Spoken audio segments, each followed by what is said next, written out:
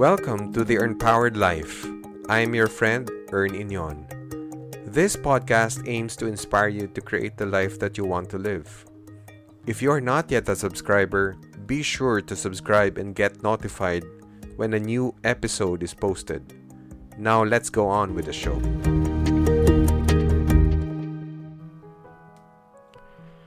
We constantly seek for approval or validation. At work, we seek for validation from our bosses, whether what we are doing is right, we are performing well. At our community, we seek for validation from our peers, our mentors, our colleagues. At home, we seek for validation from our spouse, our kids, and our parents. It is a constant seeking for validation. But why do we need to be validated? Validation is our desire to get the approval of someone with what we say, believe, or do. We are social creatures and we desire to belong in a community. This is natural. However, if you constantly seek for validation to the point of depending on it to run your life, that is where the problem lies. So where do we put the line here? So let us break this down and look at it how approval plays in our work, in our community, in our family, and in ourselves. So let's look at in our work. If you work in a company, you need to seek approval. I have a consultancy work as a IT project manager, and I am paid to deliver quality work every time. In project management, there is a methodology called Agile. Agile is an iterative process of delivering the project. Every iteration, you need approval. So for example, in a software development project, when the requirements of the client are not that detailed, you show him part by part of the whole system. And every time you complete a part, you show it to the client to get his approval, until you complete the whole process or the whole system. I shared the method of Agile is because I believe that is what we do at work. Whether you work as an accountant, a customer service support, a marketing manager, a recruitment specialist, we constantly need to get the approval of superiors because we are paid to deliver quality work every time. I would say majority wants to grow or be promoted at work. I say majority, not all, because I know a lot of people that they don't want to be promoted. I'm not saying this as, it is as a matter of good or bad. It is just a matter of preference, and it is a reality. Many people don't want change. If you want to be promoted at work, you need to constantly seek validation or get feedback from your superiors. Always ask, how are you performing? What areas do you think I can improve? I run a couple of small businesses, and I can tell you that is music to the ears of your superiors. As a business owner, we want people who wants to improve or who wants to grow. We like helping people who wants to grow. As you seek for feedback from your superiors and you did your best, be happy with the results. You don't need to beat yourself or be hard on yourself. Just like in basketball game, if you played your heart out, you dive for loose balls, you played defense, and still you lost. At first you will probably feel dejected and low. You will feel all the effort went for naught. But in reality, not everything was lost. You always gain by doing your best. But that's also why, if you could be kind enough to me, give your review on my podcast, so I could do better in future episodes. This is my 6th episode, and when I review my previous episodes, I could identify parts that I could have done better. Whatever I learn, I would apply that to my next episode. But there is no point of beating myself because I made an error. Going back to validation, why we seek validation at work? Because we are being fair. We are operating based on a transaction. We are paid to deliver quality every time. So getting validation or getting feedback, because always, is a mechanism excuse me, to help you improve your craft. So let's look at our community where we belong. Every community maintains a character. I'm a certified public accountant and I'm a member of PICPA. It's a non-profit organization for CPAs here in the Philippines. To be part of that community, I have to pay my dues. I have to attend seminars to get myself updated as a CPA. So this is like how validation is measured.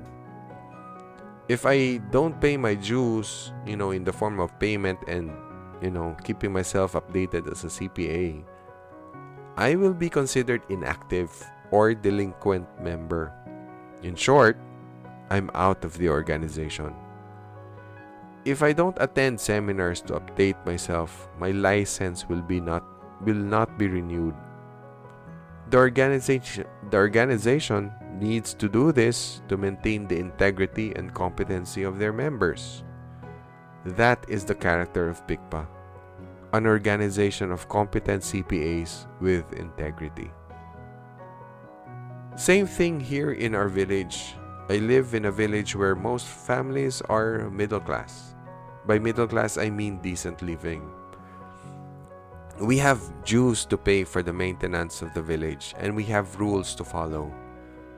We need funds to repair the roads, pay the gardeners that maintain our trees and parks, security guards, those who look at the peace and order within the village, and many more. We pay our dues because we want to maintain the character of our village. Peaceful, organized, clean, friendly. So if you don't pay the dues, then you're not contributing to the character of the village. Then you should be out of the community because you don't get it. You're better off belonging to a village that doesn't have dues. If a village doesn't require any form of payment or contribution from its members, I'm pretty sure it is disorganized, dilapidated, and messy. So here, validation is in the form of compliance. We can have different religions here because that is irrelevant to the character of the village. However, the problem lies is where we don't have the same definition of what we meant by character. So for example, the definition of clean.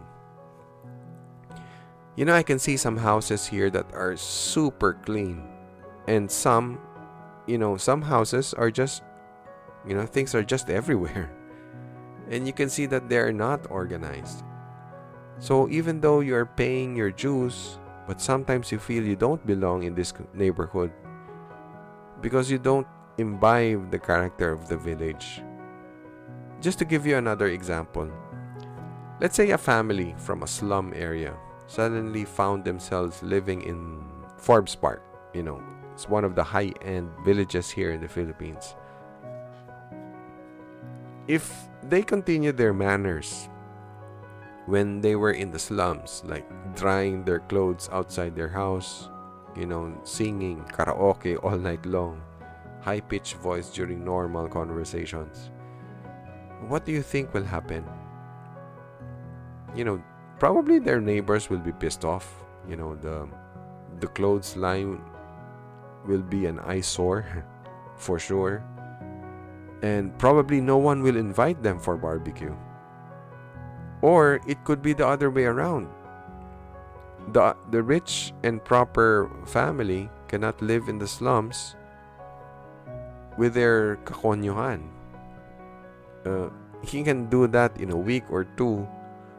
To live there, you have to be bakya also. This is not a derogatory statement, but you need to adjust. That's the point. Remember, when you are in Rome, do what the Romans do.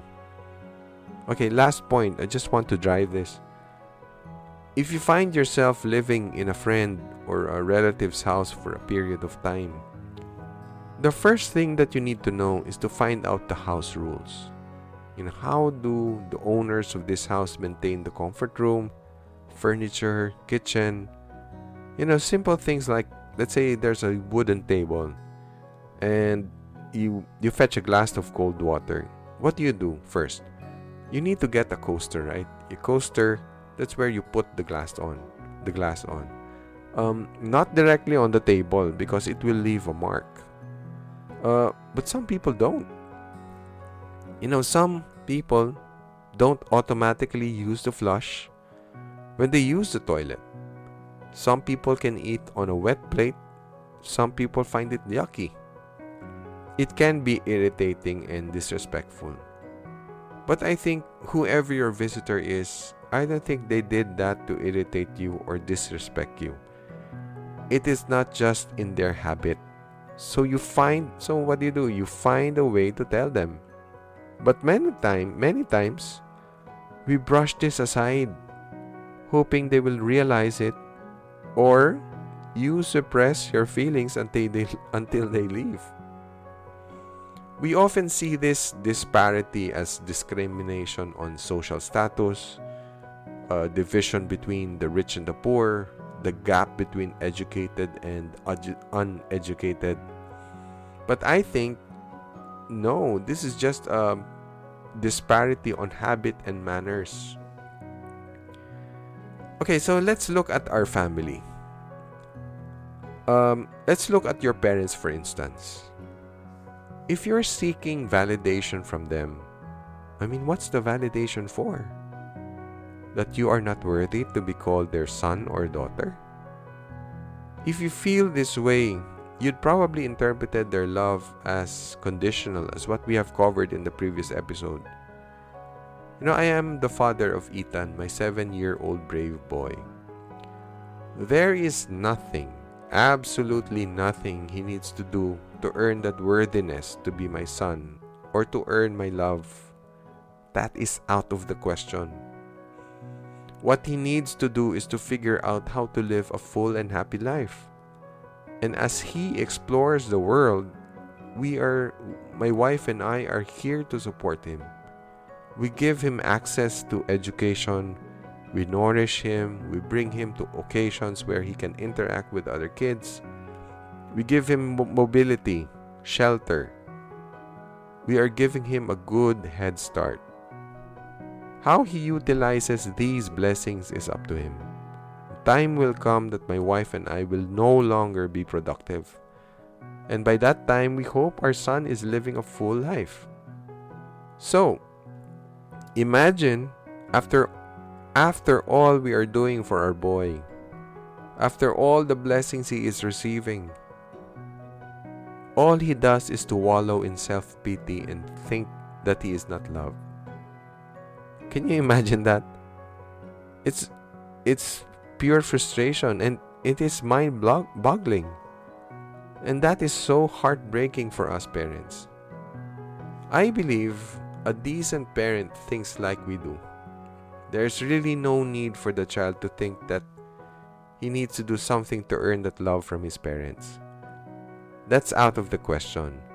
Yet we see this a lot. Not just in kids. I can see this even in older people. There's this person, after spending all his life in his parents' house with his wife and kids, getting all the support that he needed from food to tuition fees, but all he saw was the love was not enough. I think it's the ultimate selfishness. Remember, if you find yourself wallowing in self-pity, your greed is getting the better of you. So snap out of it and start thinking of other people. If you think your parents are hard on you, that is because they want you to learn something. Remember, there is no gain without pain. They allow you to undergo pain because they want you to gain. They will never put you in pain because they don't love you. Again, that is out of the question. It is better to believe this way regardless of whether your parents are mature or immature. Your parents may have opted, your parents may have opted to abort you. But they didn't.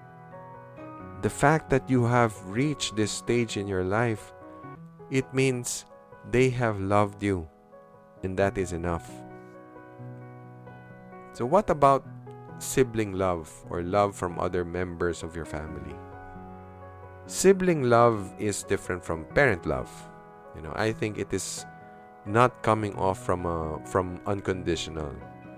When my siblings and I were growing up, it was all competition.